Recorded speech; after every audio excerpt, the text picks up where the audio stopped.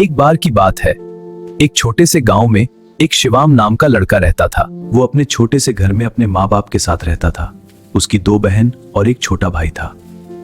उसे क्रिकेट खेलने का बहुत शौक था।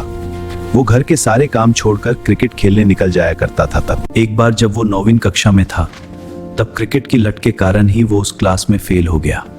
जब उसके माता पिता को ये बात पता चली तो वो उस पर बहुत क्रोधित हुए। गुस्से में कहा, नालायक, तुझे यही दिन दिखाने बाकी थे। आज रात शिवाम अपने कमरे में अकेला बैठा था। उसने खुद से वड़ा गया। ये रात उसके फैसले की रात थी आदमी।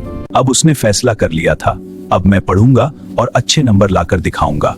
अब शिवाम रातों को जाग जाग कर पढ़ने लगा था। थकान थी, नींद भी आती थी, लेकिन उसका हौसला उसे सोने नहीं देता था। धीरे धीरे शिवाम की मेहनत रंग लाई और फिर वो दिन भी आया जब उसने बोर्ड परीक्षा में टॉप कर दिया। सफलता मिलने के बाद भी शिवाम रुका नहीं।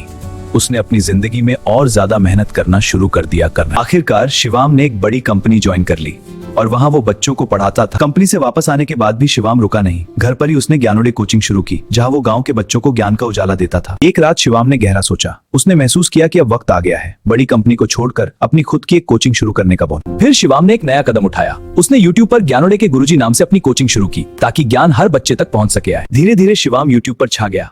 अब उसके वीडियोस देखकर लाखों बच्चे पढ़ने लगे और ज्ञान का उजाला हर कोने तक पहुंचने लगा है। एक वक्त था जब शिवाम बोर्ड एग्जाम में टॉप किया करता था और आज वही शिवाम लाखों बच्चों को टॉपर बना रहा है पढ़ने। शिवाम की इस सफलता को देखकर अन्य सभी यूट्यूबर्स धुआं हो गए थे। अब शिवम भारत के कोने कोने के बच्चों के लिए दिन रात मेहनत करता है। उसका सपना सिर्फ अपना नहीं, बल्कि हर बच्चे के सपने को सच करने का है।